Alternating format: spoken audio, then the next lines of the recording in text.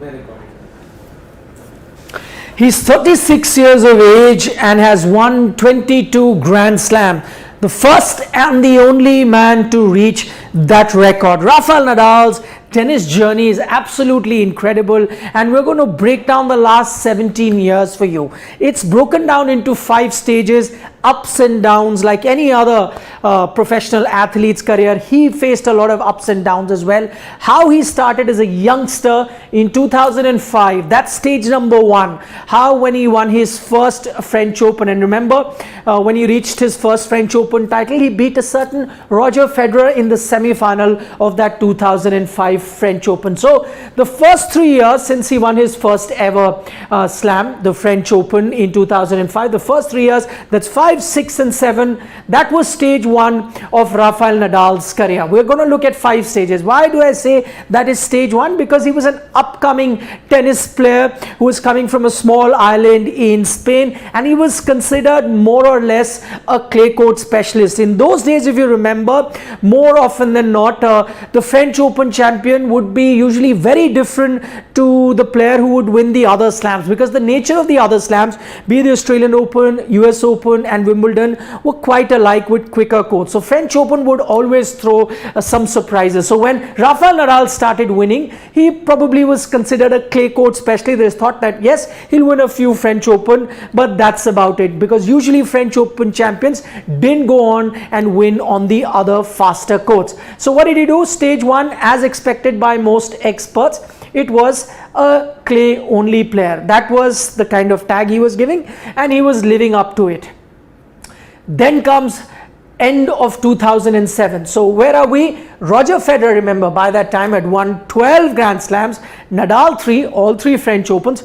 Djokovic, a youngster, hadn't even started as much. Yes, he was doing well in Grand Slams, just coming up as a youngster, but had no slams to show for it. So there was no comparison. If you told anyone in 2007 that Rafael Nadal will come anywhere close to Roger Federer's total number of Grand Slam, whatever Roger Federer ended up with, people would have called you mad. Another one thing that may be a bit controversial to a lot of people, Roger Federer's those initial years and the slams that he won in that gap also coincided with the fact that there wasn't really a main challenger to the throne of being number 1. Rafael Nadal was coming up as a youngster, Novak Djokovic, even a much younger player, not even established, not even a single slam. The ones that were dominating the tennis circuit before that, the likes of Pete Sampras, Andre Agassi, all were over the hill when Roger Federer really came into his own. So his first few slams, he really didn't have a big gun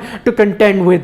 But then it was about to change as Rafael Nadal was emerging, someone that people called was a clay only player. What happens? Then comes stage 2 of his career, 2008 to 2010. That's when people started saying he's a serious challenger. Why did they say that? Because Wimbledon 2008, he beats Roger Federer in that epic 5-setter in the final. Remember, a year before that, 2007, Nadal had lost in a 5-setter at the Wimbledon to Roger Federer. But this time, he avenges that defeat in what many consider is arguably the greatest Grand Slam final ever played. Rafael Nadal versus Roger Federer. So wins the Wimbledon. Also, following year wins the Australian Open in 2009. So in 2010, by the time 2010 came about, the end of stage 2, he had won 3 out of the 4 slams in 2010. So thereby establishing that he wasn't a clay only player and that he could dominate on any surface, taking many tennis pundits by surprise. So that was stage 2, serious contender. But even then, there were a lot of doubts about his career, and I'll get to that. What happened at the end of stage 2, that is end of 2010, Federer at 16, remember he was at 12 earlier, Nadal was at 3, he reaches 9. So that gap is now beginning to become a bit narrow. Djokovic now has 1 slam to show. He's also gradually emerging. What would come of Djokovic, Nadal, nobody knew at this point. So the other arguments that was raised against Rafael Nadal during even his stage 3, that is 2013 to 14, when Djokovic really came on as a threat, because Djoko won 3 Grand Slams in 2011. So he's now, the battle of top 2 became top 3 now, another contender. And so Nadal did win 4 French Open in that period. and one US Open in those 4 years. So in those 4 years, if it wasn't Roger Federer that was challenging him, up came Novak Djokovic, and then it wasn't that criticism that came that, oh, clay only player, that he had overcome because of winning on other surfaces. The other thing that people said that, listen, Nadal's game is too punishing on him. He's not going to last very, very long. At best another few years. So don't compare him to Roger Federer. Yes, Federer may be older than him, but listen, Federer's game is easy on his body, so he'll go on to play for many more years. Nadal, probably not. So he is going to have this dip in his form. His body is going to give way, and then Nadal cannot continue. So what happens at the end of 2014? Federer 17, Nadal has reached 14, and Djoko now at 7. But as I said, people were saying, yes, the gap has reduced between Federer and Nadal, but Federer will continue to play longer, even though he's older. Nadal, not quite. His body is just going to pack up sooner or later, maybe a year or two, and then he'll lag behind. Then what happens? True to what people were predicting, that is what was going to happen. Stage 4, 2015 to 16. What happens here?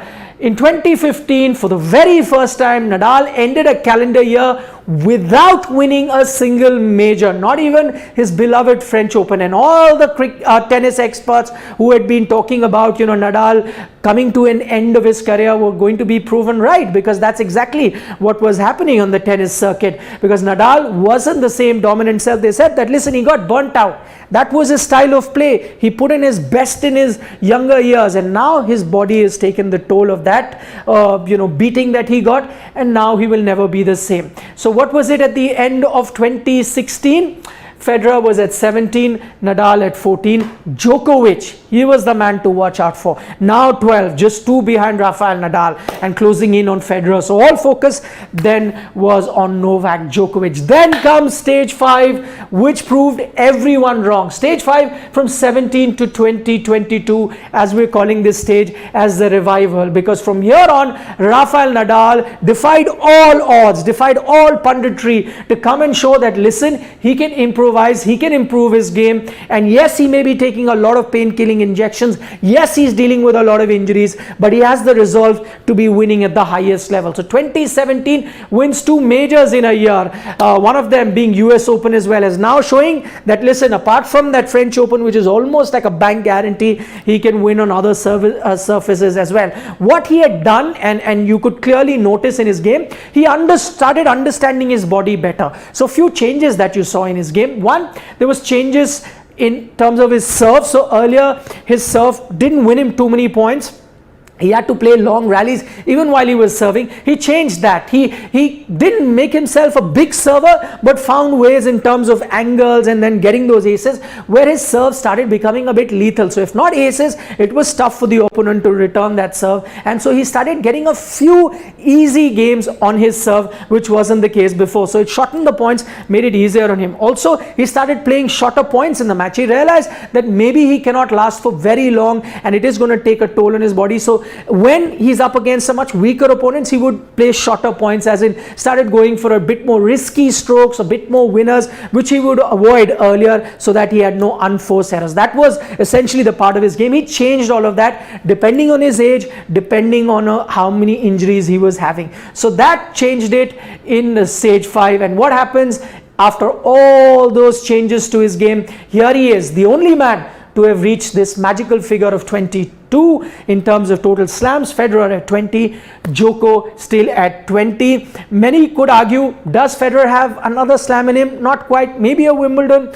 I wouldn't bet my house on it. Looks very, very tough because he's not playing tennis consistently. Nadal, in the form that he is, tell you what is really scaring about Rafael Nadal at the moment is that he's probably playing even better than he was playing at that young age, because he's evolved as a player. He's got a few more weapons in his armory now in terms of those winners, as you saw at this particular French Open when he was up against someone like a Novak Djokovic, who was at the top of his game, even against Zverev, who was firing in all cylinders, found a way to win that set. Go back to the Australian Open against Medvedev, who was the favorite, Djoko the favorite in French Open, defied all of those odds. He's found a way. He's looking more menacing than he ever was, and that is a scary sign. If he can be injured free, tell you what, he is most likely going to add to that tally of 22. Novak Djokovic, of course, he He doesn't have those many injury problems, is on top of his game. On other surfaces may get the better of Nadal too. So he's definitely most likely to add on to that tally. Just to let you know what that number 22 means. Growing up as a kid, watching tennis, the likes of Boris Becker, who had 6 Grand Slams. You had the likes of John McEnroe, he had 7 Grand Slams. You had Jimmy Connors with 8 slams, Andre Agassi with 8 Grand Slams. All of these were certified superstar greats of tennis. Imagine with 6, 7 and 8 slams. Could anyone have thought at that time that you'd have a man who'd reach 22 Grand Slam? That's how far the world of tennis has come. That's how high the standards have been taken by someone like Rafael Nadal. Thanks so much for watching.